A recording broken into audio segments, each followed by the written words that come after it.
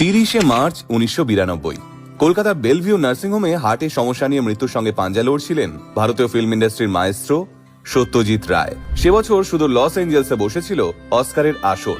Oscar committee তাদের এক প্রতিনিধিকে পাঠিয়েছিলেন সত্যজিৎ রায়ের হাতে অস্কার অ্যাওয়ার্ড তুলে দিতে। আর কলকাতার হাসপাতালে শুয়েই ভারতীয় চলচ্চিত্রের অন্যতম সম্রাট সত্যজিৎ রায় গ্রহণ করলেন ভারত তথা বিশ্বের সর্বশ্রেষ্ঠ লাইফ টাইম অ্যাওয়ার্ড অস্কার। আজ বাংলার সেই দিকপাল সত্যজিৎ রায়ের জন্মদিন। তবে আজ অন্য একটা গল্প বলবো। সালটা 1966-67 হবে। কলকাতায় বেশ জাঁকিয়ে শীত পড়েছে। মহানগরের তাপমাত্রা প্রায় 10-11 ডিগ্রির আশপাশে ঘোরাফেরা করছে তখন। এক বছর 25-এর অবাঙালি ছোকরা সত্যজিৎ রায়ের 3 লেক টেম্পল রোডের বাড়ির সামনে দাঁড়িয়ে ঘন ঘন হাত ঘড়ি দেখছে।